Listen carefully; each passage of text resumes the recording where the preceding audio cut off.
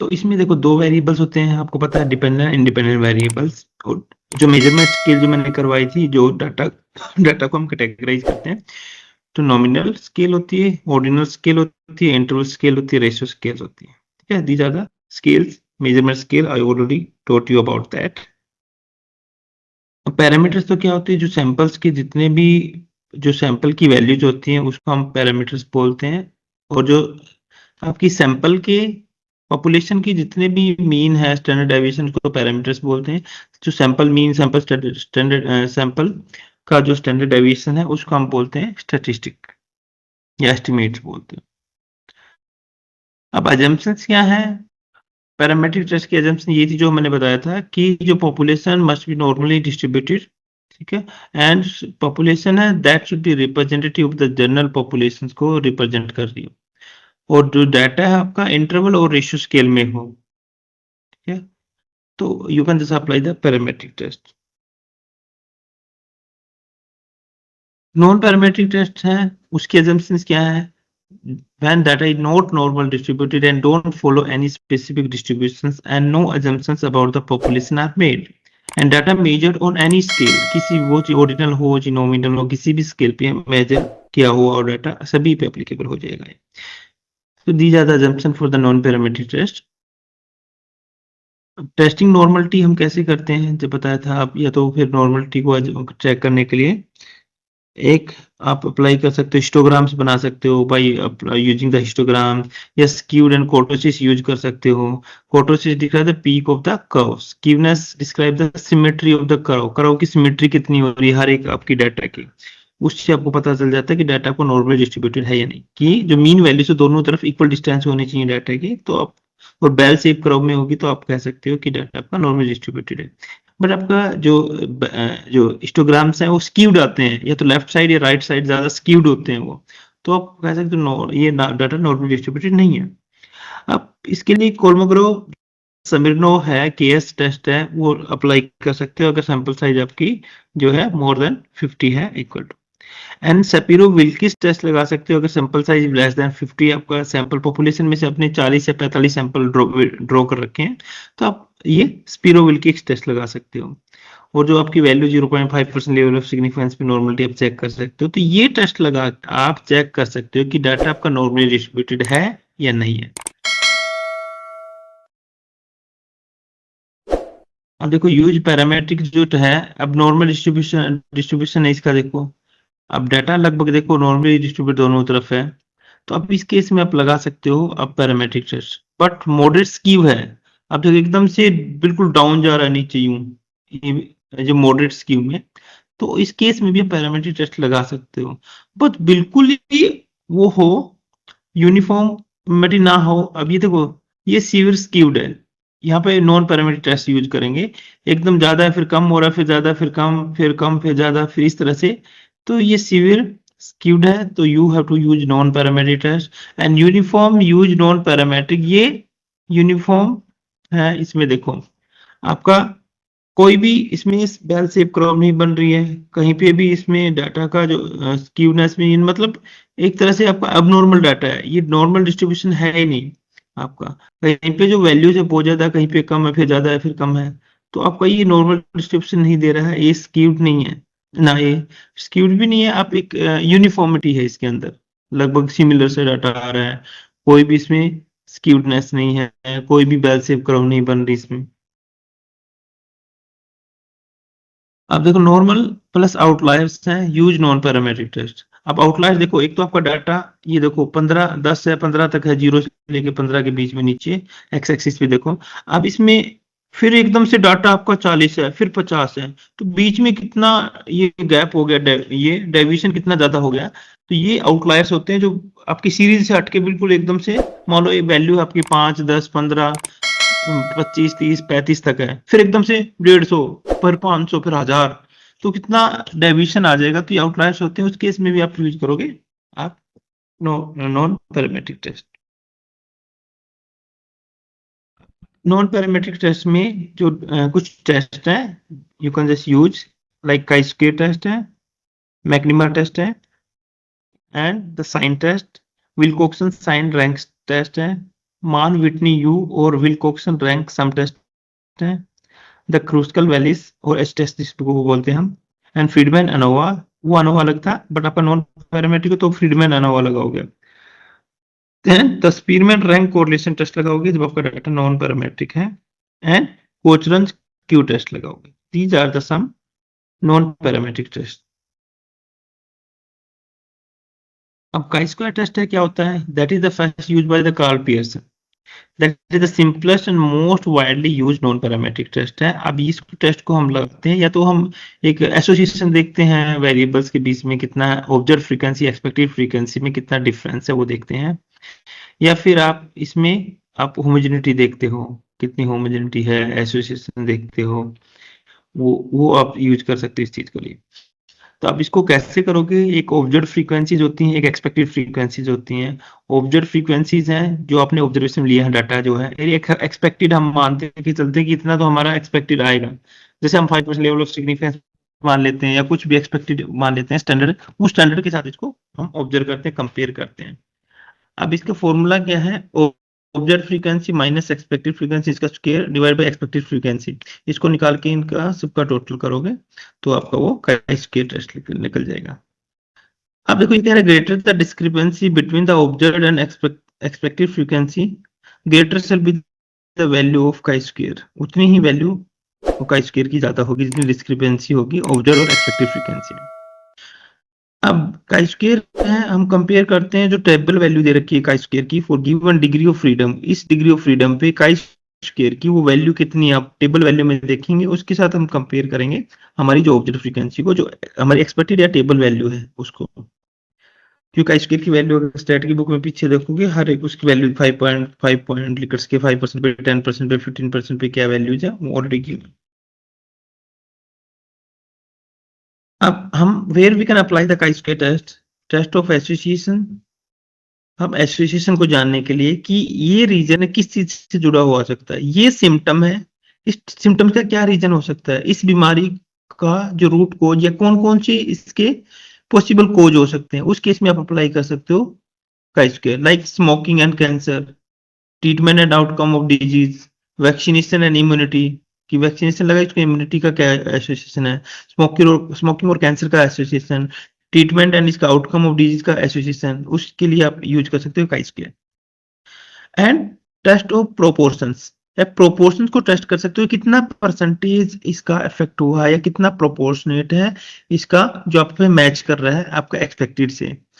अब देखो कंपेयर कर सकते हैं फ्रीक्वेंसी जो डायबिटिक्स है एंड नॉन डायबिटिक्स का इन ग्रुप वेट का आपने ग्रुप ले लिया वेट का, 40 से 50 किलो वाला ले लिया, फिर 50 से 60 किलो वाला, फिर 60 से 70 किलो वाला, या मोर देन 70 किलो वाला, तो ये डिफरेंट ग्रुप ले लिया। तो डिफरेंट ग्रुप को आप स्टडी कर सकते हो, एक प्रोपोर्शनेट कंपेयर कर सकते हो कि डायबिटीज के मुकाबले जो ग्रुप वेटिंग है 40 से 50 किलोग्राम वेट में, डायबिटीज और नॉन डायबिटीज में दोनों में कंपेयर आप कर सकते हो। फिर 50 से 60 किलो वाले में ग्रुप में दोनों डायबिटीज एंड नॉन डायबिटीज दोनों ग्रुप को आप कंपेयर कर सकते हो। आप देख सकते हो कि प्रोपोर्शनेट कितना है, वेट कौन किसका ज्यादा, डायबिटीज वालों का है नॉन डायबिटीज वालों का वेट ज्यादा है। तो आप जो टेस्ट ऑफ प्रोपोर्शन आप देखना चाहते हो तो आप ये अप्लाई कर सकते हो काई स्क्वायर टेस्ट। फिर the chi square of goodness of fit के लिए भी आप यूज कर सकते हो। Means you have to determine if actual number are similar to the expected या थ्योरेटिकल नंबर, जो थ्योरेटिकल नंबर्स हैं उसके अकॉर्डिंग वो एक्सपेक्टेड या सिमिलर या एक्चुअल नंबर है या नहीं। एक्चुअल मतलब जो हमारे ऑब्जर्व है, और थ्योरेटिकल नंबर से एक्सपेक्टेड मींस एक्सपेक्टेड फ्रीक्वेंसी। तो वो आप काई square of goodness of fit भी निकाल सकते हो कि ये आपका जो है फिट होगा या नहीं इस मॉडल पे, इस टेस्ट पे, आपके डाटा पे। अब देखो इसमें एक एग्जांपल लिया है, attack rates among the vaccinated and unvaccinated children against the measles. ठीक है, अब अटैक रेट का इसमें स्टडी कर रखी है। अब इसमें दो ग्रुप हैं, वैक्सीनेटेड और अनवैक्सीनेटेड, और रिजल्ट इसमें भी दो ग्रुप है इसके, अटैक्ड और नॉन अटैक्ड। अब ये तो ऑब्जर्व फ्रीक्वेंसी आपकी 10, 26, 74 ये सब है ऑब्जर्व फ्रीक्वेंसी है। अब वैक्सीनेटेड में जो अटैक्ड है 10 हुए हैं, ऑब्जर्व है ये। वैक्सीनेटेड नॉन अटैक्ड है 90 है जिसमें वैक्सीनेशन है नॉन अटैक्ट है वैक्सीनेशन लगवाने के बाद, 19 है जो नॉन अटैक्ट है अगेंस्ट द मीजल्स। अनवैक्सीनेटेड है 26 है, अटैक्ट है, और नॉन अटैक्टेड है 74। अब देखो इसमें टोटल करोगे तो इसका अटैक्ट है 36 है, और अब नॉन अटैक्ट है आपका 164 है। उधर टोटल दोनों का 100 वैक्सीनेटेड 100, नॉन अनवैक्सीनेटेड 100, टोटल 200। अब इसमें प्रोटेक्टिव वैल्यू ऑफ वैक्सीनेशन निकालेंगे by chi square test at 5% level of significance. हम 5% लेवल ऑफ सिग्निफिकेंस लेके चलते हैं इस केस में। अब इसमें जो आपने निकाला है ऊपर देखो, ये 10, 19, 26, 74, अब 5% लेवल ऑफ सिग्निफिकेंस में निकालेंगे। अब देखो काइस्क्वेयर टेस्ट है, इस तरह से हमने 18 है, इसमें एक्सपेक्टेड है, इसमें 82 है 100, 18, 82, 100, 36, 164। एक मिनट, यहाँ पे था 90 का,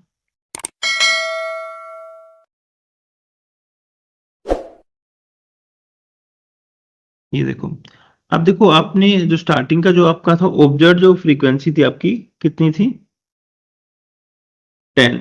अटैक्ट की वैक्सीनेशन की 10 थी ऑब्जर्व फ्रीक्वेंसी, और माइनस नीचे जो एक्सपेक्टेड दे रखा है आपका, ये एक्सपेक्टेड ऊपर वाला ये ऑब्जर्व है, और नीचे वाली जो टेबल है ये एक्सपेक्टेड है।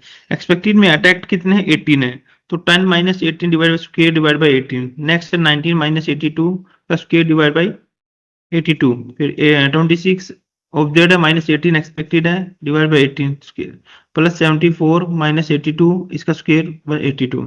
तो एक्सपेक्टेड भी दे रखे हैं कि हमारा एक्सपेक्टेड तो इतना था, अभी नॉन जो अटैक्ट है अगर वैक्सीनेशन लगवाया तो हमारा लगभग इतना परसेंटेज या इतना 18 है अटैक्ट हो सकते हैं, बट हमारा एक्चुअल रिजल्ट आया 10 आया। तो ऑब्जर्व एक्सपेक्टेड में आप निकाल सकते हो, तो टोटल निकालोगे तो इसमें आपका जो आएगा 8, अब कितना आया इसका 8.67। अब देखो कैलकुलेटेड वैल्यू तो हमारी कितनी आई, 8.67 आई, और जब 5% लेवल ऑफ सिग्निफिकेंस पे इसकी वैल्यू चेक की हमें टेबल वैल्यू, वो थी हमारी 3.84। तो जो कैलकुलेटेड वैल्यू है that is the more than the expected value 8.67।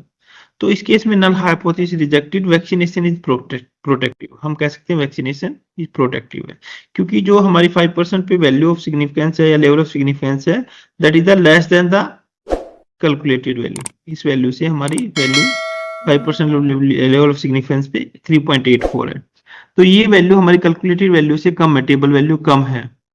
तो इस केस में क्या होगा कि हमारा जो नल हाइपोथेसिस रिजेक्ट हो जाएगा। नल हाइपोथेसिस क्या था कि there is no protection of the vaccination, but हमारा यहाँ पे शो कर रहा है प्रोटेक्शन, क्योंकि जो वैल्यू हमारी जो पी वैल्यू है ये कम है हमारी कैलकुलेटेड वैल्यू से। तो उस केस में हमारा हाइपोथेसिस रिजेक्ट हो जाएगा और वैक्सीनेशन कह सकते हैं वैक्सीनेशन इज प्रोटेक्टिव।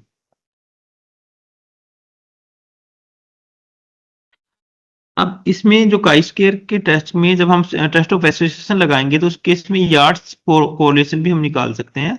ये जब अप्लाई करते हैं जब हमारे पास दो कैटेगरीज है, 1 डिग्री ऑफ फ्रीडम है, ठीक है, मीन्स दो कैटेगरीज होगी तो डिग्री ऑफ फ्रीडम क्या हो जाएगा n-1 k-1 मीन सैंपल जो 2 कैटेगरी -1 2 -1, तो हमारा 1 डिग्री ऑफ फ्रीडम हो जाएगा। तो ये तब यूज करते हैं जब हमारा जो सैंपल की साइज है that should be more than and equal to 40 and expected frequency है मस्ट बी लेस देन 5। जो एक्सपेक्टेड फ्रीक्वेंसी है इन वन सेल में जो एक्सपेक्टेड फ्रीक्वेंसी है 5 से कम है। तो subtracting the 0.5 from the difference between each observed value, हर एक ऑब्जर्व्ड वैल्यू को हम 0.5 को लेस करेंगे and it is expected value in a 2.2 contingency 2.2 contingency table. 2.2 मतलब 2 रो 2 कॉलम्स, तो 4 सेल बन जाएंगे इसके अंदर। तो इसका formula observe frequency minus expected frequency minus 0.5 है, ये हम लेस करेंगे इसमें, इसका स्क्वायर करेंगे डिवाइड बाय एक्सपेक्टेड फ्रीक्वेंसी। ये फॉर्मूला निकालेंगे जब यार्ड जो कोरिलेशन हम निकालेंगे तो that we will use this formula. इसमें बस माइनस 0.5 से भी हम इसको लेस कर देंगे, ठीक है, observe value minus expected value minus 0.5। तो फिशर एग्जैक्ट टेस्ट है, ये कैसे लगाते हैं, ये कब लगाते हैं, किस केस में लगाते हैं, जब total number of cases is less then 20, या सैंपल जो साइज है वो 20 से कम हो, और the expected number of cases in any cell is less than 1। जो एक्सपेक्टेड नंबर ऑफ केसेज है वो हर एक सेल में एक या एक से कम हो। तो more than 25% of the cells have expected frequency less than 0.5। तो हमारे टोटल सेल्स हैं, मान लो टोटल सेल्स हमारे पास 20 हैं, एक पूरी टेबल में 20 सेल्स हैं, 20 में से 25% कितना हो गया, 5 हो गया। तो कम से कम 5 जो फ्रीक्वेंसी है, 5 जो वैल्यूज हैं वो 5 से कम होनी चाहिए, मतलब 4 भी हो सकती है, 3 भी, या 2 भी, 1 भी। तो ये इसकी कंडीशन है फिशर्स एग्जैक्ट टेस्ट की।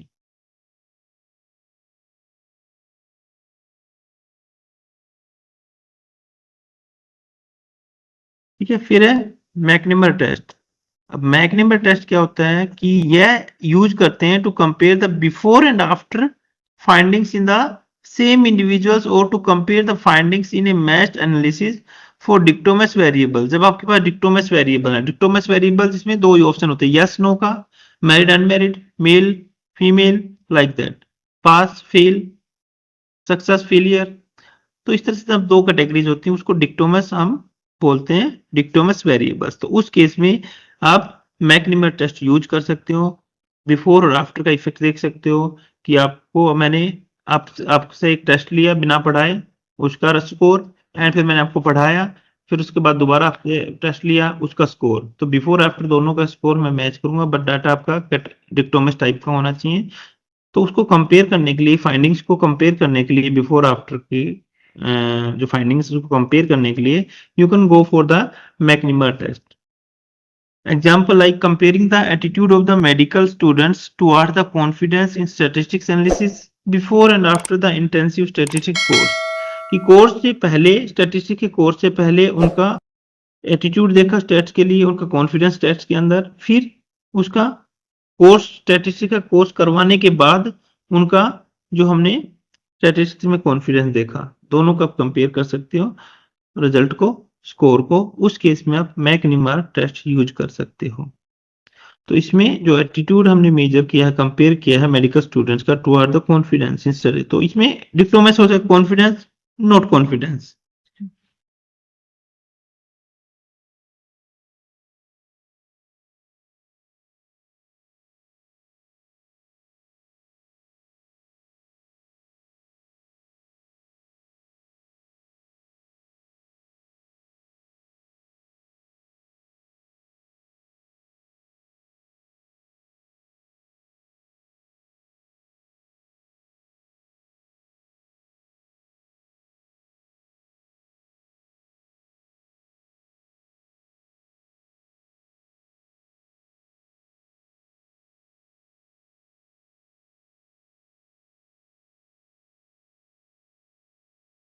क्लियर।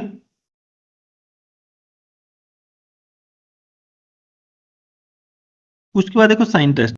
तो that is used for the pair data. जब हमारे पास पेयर डाटा हो, दो पेयर बने हुए, एक आपका जो मैरिड, मान लो मैरिटल स्टेटस है, मेल फीमेल ना, मैरिड अनमैरिड, और दूसरा आपका एक दूसरा पेयर है जिसमें आपका जेंडर है मेल और फीमेल, मैरिड और अनमैरिड। तो अब पेयर डाटा है आपके पास, उसका कंपैरिजन करना हो तो दैट कैन बी ऑर्डिनल और कंटिन्यूस डाटा भी हो सकता है, और ऑर्डिनल भी डाटा हो सकता है। ठीक है, तो ये ध्यान रखना, ऑर्डिनल हो सकता है या कंटिन्यूस हो सकता है। तो that is simple and easy to interpret. तो इसमें हम कोई एजम्पशन नहीं बनाते डिस्ट्रीब्यूशन की, डाटा की हमें कोई लेना देना नहीं है डाटा की डिस्ट्रीब्यूशन से, डाटा नॉर्मली डिस्ट्रीब्यूटेड है या नहीं है। बट ये नॉट वेरी पावरफुल नहीं है। हम इसको जो हाइपोथेसिस को उसको वैल्यूएट करते हैं जब only need to know the sign of the difference, difference का जो साइन है वो पॉजिटिव या नेगेटिव है, कि मीन वैल्यू से जो डिफरेंस है बाकी वैल्यूज का वो नेगेटिव है पॉजिटिव, बस ये जानने के लिए हम साइन टेस्ट यूज करते हैं। If the half the difference are positive, लगभग मान लो हमारे पास 10 वेरिएबल है, 10 डाटा है हमारे पास, सैंपल्स जो आइटम है 10 है, 10 में से हाफ से ज्यादा मान लो 6 है पॉजिटिव है और 4 नेगेटिव है, तो जो मैक्सिमम जो पॉजिटिव आएगा, half are difference are positive and half are negative, तो देन द मीडियन जीरो। तो उस केस में मीडियन जीरो होगा, अदरवाइज मीडियन आपका जीरो नहीं होगा। जीरो के लिए क्या होना चाहिए, उतने ही पॉजिटिव उतने ही नेगेटिव होने चाहिए।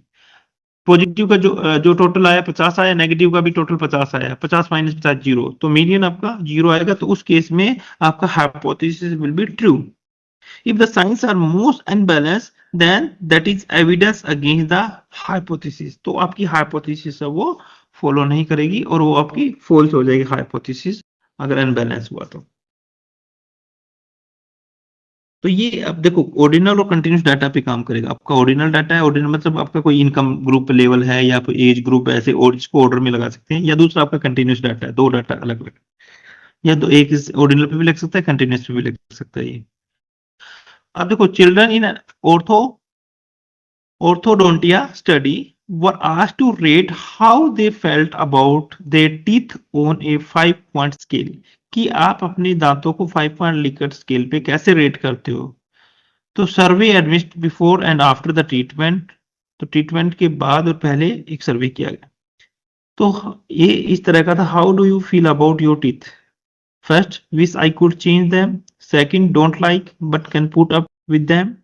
Third, no particular feelings one way or the other, and fourth is I am satisfied with them, and fifth was the consider myself fortunate in this area.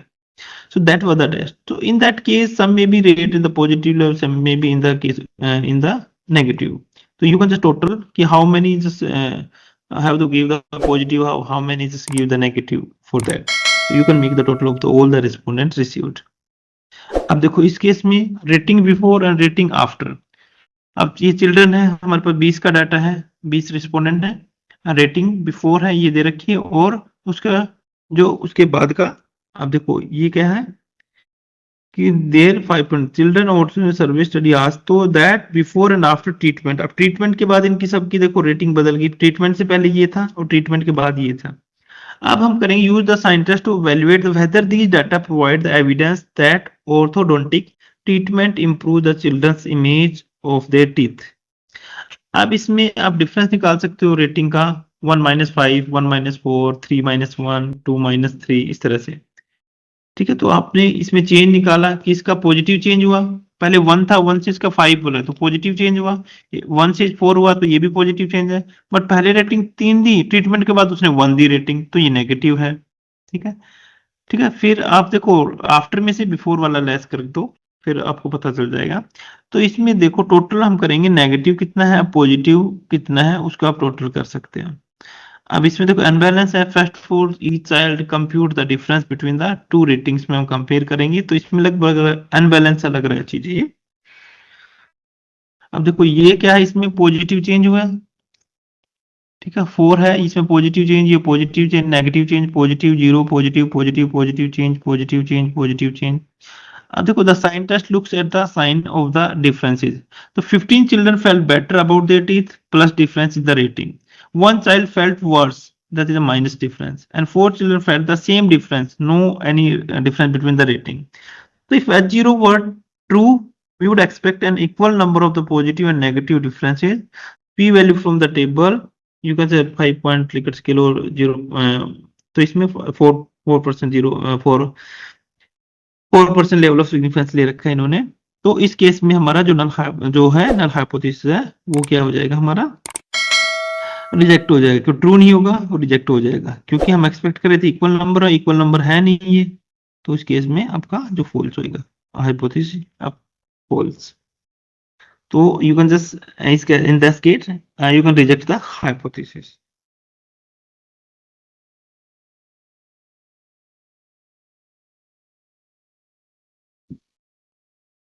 उसके बाद विल्कोक्सन साइन रैंक टेस्ट, तो ये भी non parametric test है। अब ये भी equivalent to paired T test. जब हम पैरामेट्रिक टेस्ट में पेयर्ड टी टेस्ट किया था हमने, वो कब था, जब नॉर्मल डिस्ट्रीब्यूशन होता है तो हम पेयर्ड टी टेस्ट यूज करते हैं।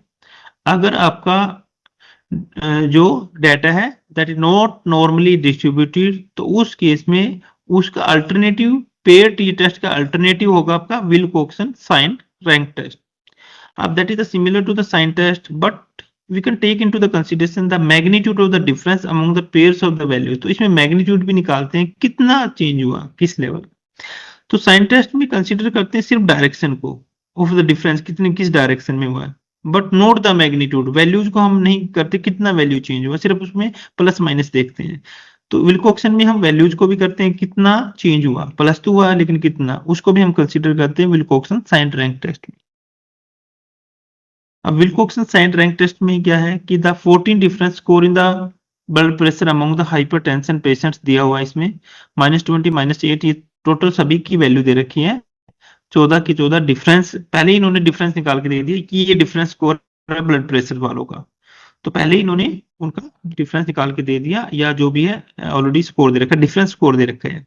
तो the statistic T is found by calculating the sum of the positive ranks and the sum of the negative ranks. जो पॉजिटिव रैंक है उनका टोटल करेंगे, जो नेगेटिव रैंक उसका टोटल करेंगे।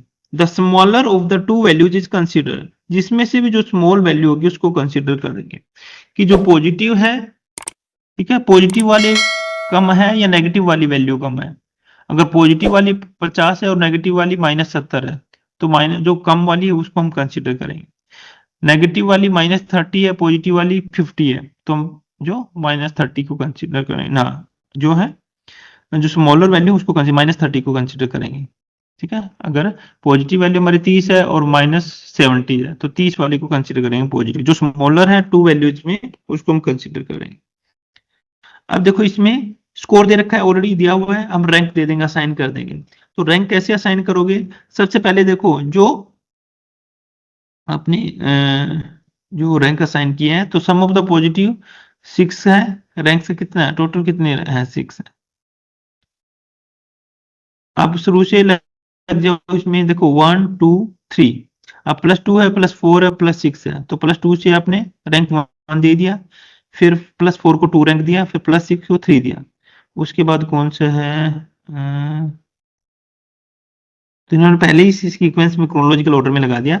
उसके बाद देखो 3 है, 3 के बाद -8 है फोर्थ नंबर पे, और फिफ्थ नंबर पे -8 है, तो फोर्थ पोजीशन भी -8 है, फिफ्थ पोजीशन भी 5 जो -8 है, तो fourth position plus fifth position 9, 9 divide by 2 4.5 आ गया, तो फोर्थ पोजीशन को भी 4.5 असाइन करेंगे रैंक, और फिफ्थ पोजीशन को भी 4.5 असाइन करेंगे।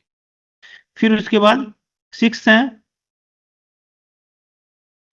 ये 6 नंबर पे है, ठीक है, और ये 7th नंबर पे है, तो 6 + 7 13, 13 डिवाइड बाई 2 6.5, तो 6 पोजीशन को भी 6.5 असाइन करेंगे, और 7th पोजीशन को भी 6.5 रैंक असाइन करेंगे। उसके बाद 8th आ गई, 8th रैंक इसको दे दिया हमने, फिर उसके बाद 9th आ गया रैंक -14, फिर 10th रैंक इसका आया, फिर 11th रैंक ये है, और 12th ये है, तो 11 + 12, क्योंकि दोनों सेम है, तो 11 + 12 कितना हो गया, 23, 23 का हाफ आ गया, एवरेज निकालेंगे तो 11.5, तो 11th रैंक को 11.5 दे दिया, 12th रैंक को 11.5 दे दिया, और उसके बाद -20 को 13 रैंक दे दी, और माइनस जो 26 को 14 रैंक दे दी। तो इस तरह से आप रैंकिंग ये करोगे। अब इसमें देख लो कि जो सम ऑफ नेगेटिव रैंक है उसका, तो टोटल जो नेगेटिव का आया हमारे पास उसका तो 95 है, और सम ऑफ पॉजिटिव रैंक है, पॉजिटिव रैंक हमारे 6 है, इसको जोड़ा था हमने। अब इसमें 4 एंड 14 है, टोटल नंबर ऑफ ऑब्जर्वेशन 14 है इसके अंदर, लेवल ऑफ सिग्निफिकेंस हमने 0.05 माना, क्रिटिकल वैल्यू टी की है, हमने निकाली, टी की टेबल से देखी इसमें बुक के अंदर, वो 21 है critical value. If T is equal to the less than critical, critical value से कम आती है वैल्यू, तो उस केस में हम नल हाइपोथेसिस को रिजेक्ट करेंगे। तो drug A decrease the BP among the hypertension patient, तो अगर जो दवाई है, मेडिसिन है, वो बीपी को अगर कम कर रही है, हाइपरटेंशन को, तो हम कह देंगे यस दैट इज इफेक्टिव, और नल हाइपोथेसिस को हम रिजेक्ट कर देंगे। अगर हमारा टी है इक्वल है या कम है जो क्रिटिकल वैल्यू से, वो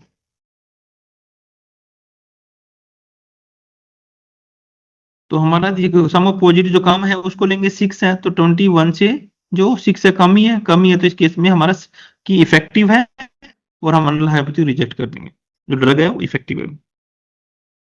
तो टी हमारा 6 आया, तो T is less than the 20,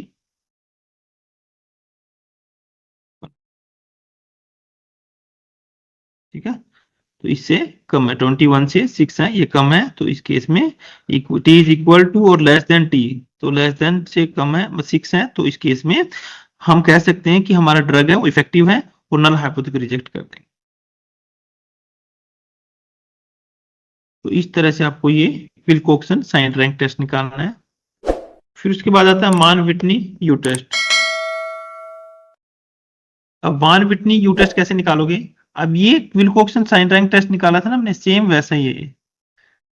expect except that the samples are independent and most paired. ठीक है, बट ये एक्सेप्ट करते हैं, एक्सेप्शन है कि that the sample are independent not paired. उस केस में विल्कोक्सन के केस में क्या था कि जो सैंपल आपको पेड सैंपल होना चाहिए, बट इस केस में क्या है कि सैंपल इंडिपेंडेंट सैंपल टी।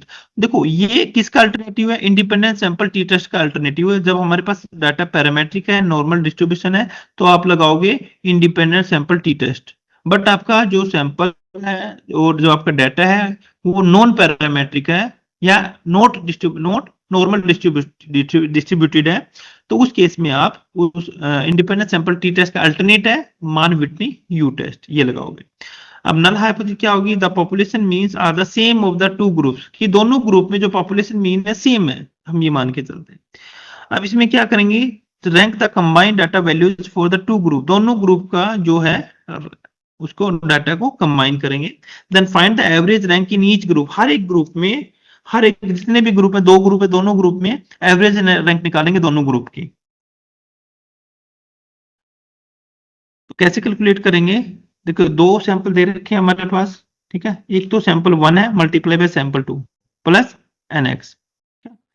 तो इसमें RX क्या है? लार्जर रैंक टोटल है और ये स्मॉलर रैंक टोटल है, ठीक है। अब +1 डिवाइड बाय 2 माइनस RX। तो to be statistically significant obtain U has to be equal to और less than the critical value, जो उससे कम होनी चाहिए, जो हमारी वैल्यू निकल के आएगी वो क्रिटिकल वैल्यू से कम होनी चाहिए। तो आप कह सकते हो कि ये दो जो तब you can say that the population mean are the same for the two groups. तो दोनों सैंपल को मल्टीप्लाई करो प्लस जो सैंपल का टोटल जो है वो कितना है, प्लस NX +1 डिवाइड बाय 2, और जहां पे जो लार्जर रैंक है उसका टोटल करोगे माइनस, वो माइनस RX आ जाएगा। एक एग्जांपल भी कराओ, एग्जांपल भी इसमें मेंशन नहीं किया।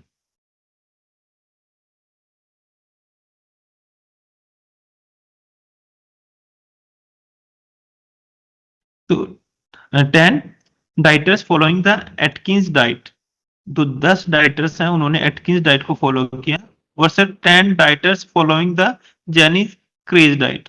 तो 10 जो डाइटर्स हैं उसने इनको फॉलो किया डाइट को, और जो 10 डाइटर्स हैं उन्होंने एटकिंस की डाइट को फॉलो किया। तो हाइपोथेटिकल रिजल्ट क्या आएगा? Atkins group lodges an average, तो एटकिन के ग्रुप ने लॉज किया, वेट लॉज किया 34.5, एंड जे क्रैक ग्रुप ने जो एवरेज जो वेट है वो लॉस किया 18.5 LBS। तो कैलकुलेशन क्या होगा? एटकिन इज द बेटर, क्या एटकिंस है उसका जो बेटर है। अब देखो when individual data is seen, अब एटकिंस का जो चेंज है वेट के अंदर ये था 4-3, ये 10 लोगों का डाटा हमारे पास, और ये भी आपके पास 10 लोगों का डाटा, ठीक है। तो इन दोनों का जो डाटा एवरेज जो वेट है, वो वेट के चेंज जो चेंज हुआ है वेट वो दे रखा है इसमें, उनकी डाइट को फॉलो करके ये चेंजेज हुए हैं। अब इसमें देखो जेनिस क्रेक का जो डाइट है दे रखा है कि इतना चेंजेज हुआ, ये चार्ट बन के आया वेट चेंजेस का, और एटकिंस की डाइट का ये चेंजेस आया है। एटकिन में बेसिक से डाइट में चेंज हुआ हो, बट इसमें डेविएशन कितना है, अब नॉर्मलिटी कितनी है इस डाटा में, हम नहीं कह सकते। एटकिन एटकिन में हमने देखा था इसमें एवरेज जो लॉस हुआ है 34.5 हुआ है, बट ये भी तो देखो इसमें जो अब नॉर्मलिटी कितनी है डाटा की एटकिंस के डाइट के अंदर।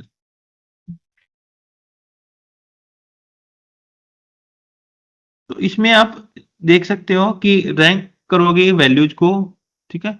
तो the least weight loss and the 20 being the most weight loss, कि एक तो अपने कम लिस्ट कम, जिसने सबसे कम किया है वेट, और बाकी ने थोड़ा थोड़ा किया है। जिसने सबसे कम किया है उसी ने बाकी सबको एवरेज निकाल के सबके डाटा की, और उसने वो दिखा दिया कि इसमें तो मैक्सिमम वेट लॉस हुआ है, बट सिर्फ एक के कारण पूरी वैल्यूज को इफेक्ट हुआ है, उसने सबसे ज्यादा वेट कम किया, और बाकी दूसरा जो डाइटर था, जो ग्रुप था, उसने उसको दूसरे को डाइटिशियन था उसको फॉलो किया, उसकी 18 पॉइंट कुछ आए, 18 पॉइंट कुछ आए तो कौन सा बेटर कहोगे? जब तक आप ग्राफ नहीं देखोगे बेटर नहीं कह सकते, कह पाओगे।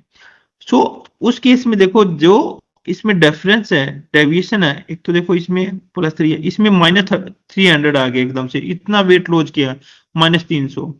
तो उसने सारी वैल्यूज को अफेक्ट कर दिया, तो हमने मान लिया हाँ भाई इसने तो अच्छा वेट लॉस किया। बट एक्चुअली में क्या है कि ये जो है, इस ग्रुप ने सभी में थोड़ा थोड़ा थोड़ा थोड़ा सभी ने वेट किया, तो इसको कम एवरेज में से कम हो इसकी, बट जो बेटर जो रिजल्ट है इसका आया। अब इसमें भी आप रैंक निकाल लोगे, इसमें 1 2 3 4 5 6 7 9 11 12 20, ठीक है।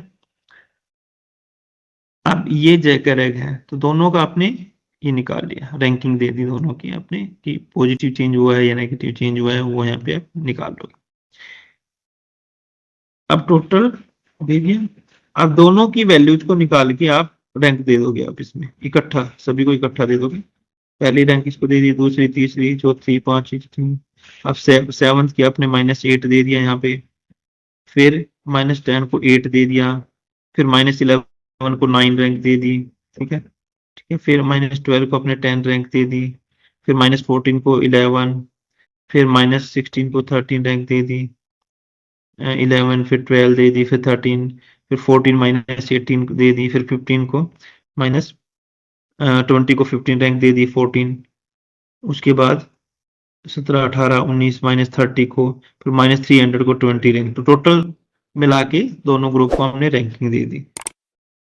अब sum of the Atkins rank देखेंगे तो उसका 2073 आया, और sum of the Janice Carriage rank है उसका टोटल करेंगे तो उसका 137 आया, ठीक है।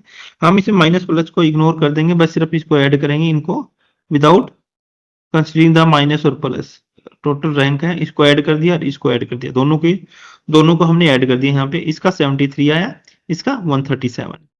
तो जैन कैरिक है क्लियरली रैंक हाइयर, जो जैन कैरिक है उसका देखो रैंक है हाइयर है, 137 है, और इसका 73 है। तो Jain Carrick early rank higher, तो कैलकुलेटेड यू वैल्यू है जो 18 है, that is less than the 27 से कम है, तो नल हाइपोथेसिस रिजेक्टेड। तो नल हाइपोथेसिस को रिजेक्ट करेंगे।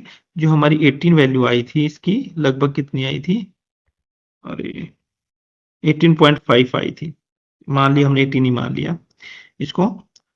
अब इसमें जो टेबल वैल्यू हमने 27 आई, तो दैट इज लेस देन 0.05। तो 18 है ये हमारी, लेस देन 0.05 पे 27 उससे कम है, तो उससे कम है तो हम कह सकते हैं कि द इफेक्टिव, तो the correct the diet is more beneficial for losing the weight. So in that case we accept the hypothesis and reject the null hypothesis. Null hypothesis को हमने reject कर दिया।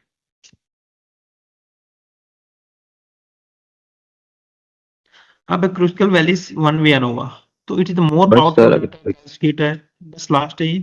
It is computed exactly like the Mann-Whitney test, Mann-Whitney की तरह test करते हैं, except that there are more, इस case में मोर देन 2 ग्रुप हो, अगर 2 से ज्यादा ग्रुप हो। अब तो अगर आपका डाटा जो पैरामेट्रिक है नॉर्मल डिस्ट्रीब्यूटेड, तो वन वे अनोवा लगाओगे। अगर आपका नॉर्मल डिस्ट्रीब्यूटेड नहीं है तो क्रुसिकल वैल्यूज वन वे अनोवा लगाओगे। तो अनोवा कब लगता है, जब हमारा 2 से ज्यादा ग्रुप में हो।